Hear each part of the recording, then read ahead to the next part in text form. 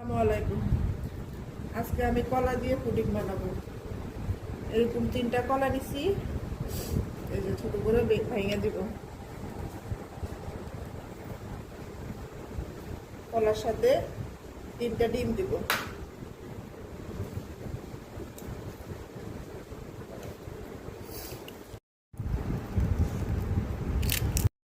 তিনটা কলা দিছি, এখন চিনি দিয়ে দিব। চিনিটা আপনাদের স্বাদ অনুযায়ী দিবেন।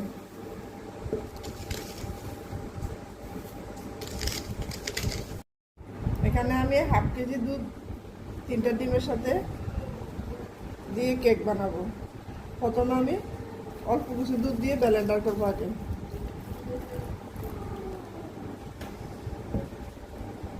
কিছু দেওয়া শেষ, এখন আমি ব্লেন্ডার করবো।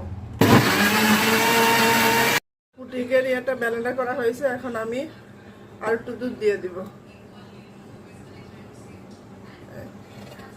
আমি এই পাত্রটার ভিতরে পুডিং তৈরি করব, তাই এটার ভিতরে চিনি দিয়ে এখন ক্যারামেল তৈরি করব।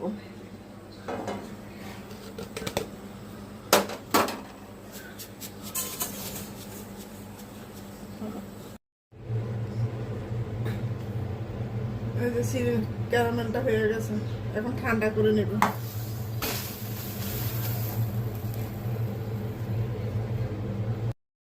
ক্যারামেলটা ঠান্ডা হয়ে গেছে, এখন আমি এই যে পুডিংয়ের খামিটা দিয়ে দিব।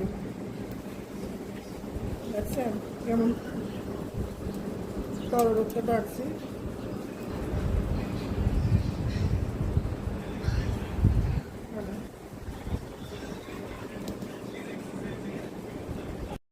আমি একটা পাত্র বসাইছি, পাত্রের ভিতরে একটু পানি দিয়ে তার সাথে এরকম একটা লোহা দিয়ে বসেছি। এটার ভিতরে আমি এখন বসাই দিব। বসাই দিছি, এখন আমি 30 মিনিট অপেক্ষা করবো।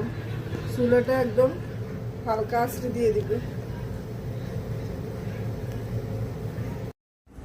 এই যে আমাদের কলার পুডিংটা হয়ে গেছে, বাচ্চারা একটু খাইয়া নিছে।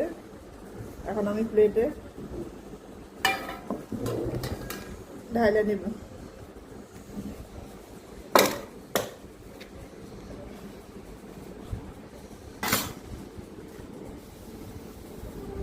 অনেক সুন্দর হয়েছে কালারটা। বাসা আপনারা তৈরি করে খাবেন।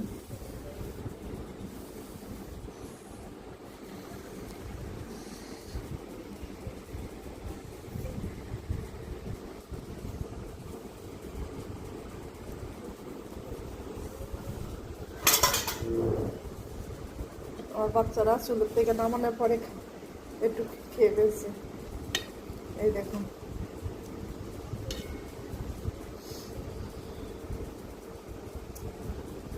কলা